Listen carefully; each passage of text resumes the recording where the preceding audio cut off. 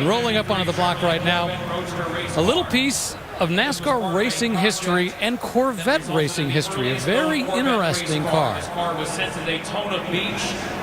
Big Bill France had quite a relationship with the folks at Chevrolet, and they sent him a couple of their then new Corvette cars down to be used for racing on the beach and at various events. I have a picture of two of these on the front row at Martinsville Speedway, the paperclip, at the front end of a field of NASCAR and Skoda, Sports Car Owner and Driver Association, co-sanctioned race.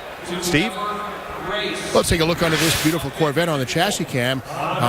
53 Chevy ought to have a 6-cylinder, not so much. That is a V8 swapped in there. 3-speed close ratio transmission, X-frame, dual exhaust system. Don't look for mufflers on this one. Side pipes is where it was. There's the posit traction style rear end. Now keep in mind, of course, the V8 was not available in Corvette until 1955. This car was built by engineering in 1956, so that's what this accounts for. It's kind of a built for racing kind of a piece done by GM Engineering.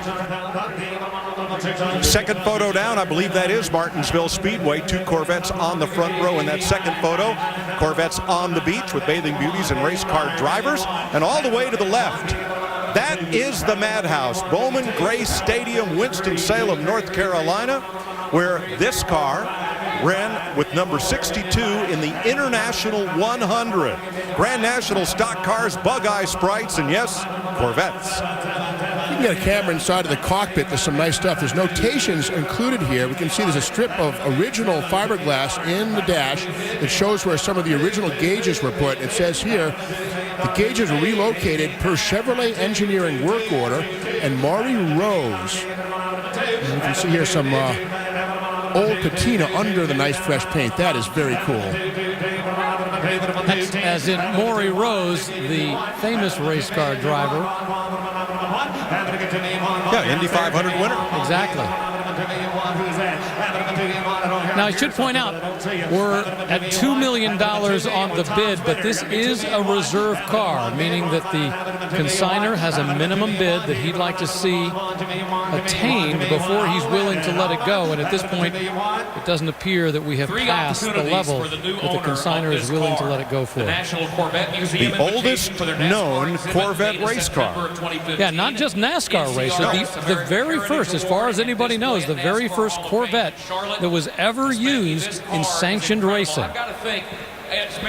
In the display is a copy of the emblem of the co-sanctioned. That's the NASCAR emblem, 1956, as they co-sanctioned events with Skoda, a northeastern sports car group. Bill France Sr. was a big proponent of combining stock car racing with the international stars and sports cars of the day.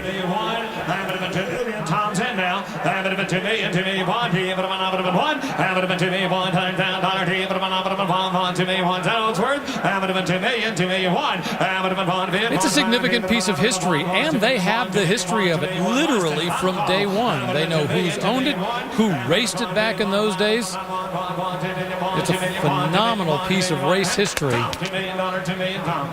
But it is not going to make its reserve, and as a result, it will not be sold, at least not today. But remember, you never know. Once it leaves the block, they could get the consignor and a bidder together, and they might strike a deal.